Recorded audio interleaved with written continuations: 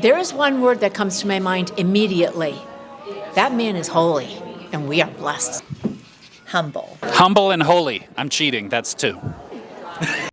Punctual. Cool. Holy.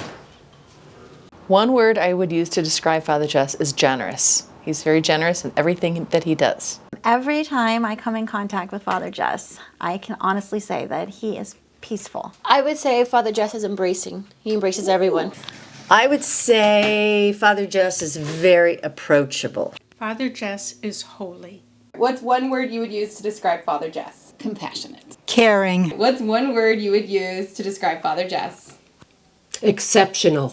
Of the many, I have to go with propitious. And the reason I went with propitious is because the holiness, the discipline, the good example, decency, all the different things that he's done since coming in, all of those things were timely, prudent, a reflection of the proper gifts of the Spirit at the right time, and a patience that you're not going to normally get, and that's why propitious was the term I thought would be the best. What's one word you would use to describe Father Jess? This is a compound word, and it would be rock star. Amazing. Good heart. That's what I think about him every time I see him. He's just very good-hearted, loves everyone, has no malice, and would always like to give everything for people in his life. What's one word you would use to describe Father Jess? I would have to say pastoral. And as simple as that sounds, because everyone thinks, well, of course, he's a priest, he's pastoral. Father is pastoral in the true sense of the word. That's who he is, it's what he wants to do. He lets everyone else use their gifts and do the jobs that they do so that he can do the most important job, which is being a pastor to our parishioners. Oh, that's easy for me. It is holy. Father Jess is one of the holiest persons I've ever met. And in fact, when you ask him what is his purpose here at Our Lady of Joy, he will say, I want to get at least one person to heaven. And I'm sure he's sent dozens and dozens to heaven. So anyway, happy anniversary, Father Jess. What's one word you would use to describe Father Jess? Shepherd. Adventurous. A lot of people don't know this, but Father Jess has a fantastic sense of humor. So I've worked at 6 different parishes and more than that when it comes to actual pastors. And I don't think I've ever worked for a pastor who is more grounded in prayer and his faith and of course his love of the Eucharist and his love of Mary. I've worked in many parishes all my life, and many times it was hard to be able to talk to the pastor when you had a problem or you needed him to talk about something. But Father Jess has the door open all the time and is always willing to help. And if anybody's sick and needs communion, they're both he and Father Clement are ready to go at any time, any hour of the night. So that's a beautiful thing. The word I would use to describe Father Jess is supportive. In the many years that I've been blessed to work for Father Jess in different roles, he's always been there for me. He's always been there for my family, and I've always really appreciated that. I've also admired that I believe he truly lives out the recognition that our vocations are vital to the church. I'm just so grateful that I've never felt the pull between my job and my vocation as a mother and my vocation as a wife. He's always been there and been very supportive of that. I think he really cares about all of us. Is there one thing you want to highlight that you've experienced or learned from working with Father Jess for 12 years? He's always in a good mood. Always in a good mood. It doesn't matter the circumstance. He always arrives to an event, a meeting, with a smile on his face. So that has rubbed off on, I think, the people that he works with, and so a smile every day. Well, Father Jess is one of the nicest priests.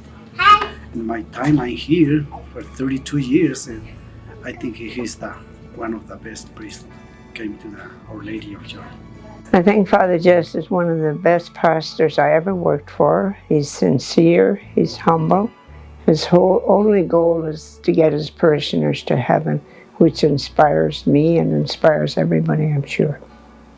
One thing that I would like to share about Father Jess is when we were a new member of the church, and I was new to the Catholic faith, and Henry was about 2.5 years old, and we didn't want to go sit inside the church, so we were outside the church, sitting in the courtyard, listening to the Mass. Henry was playing out in the courtyard with his, model cars, and I see a Father Jess, and he came up to me and Henry just say hello, and we're like, hi. I didn't know how to greet him as he was looking down at us.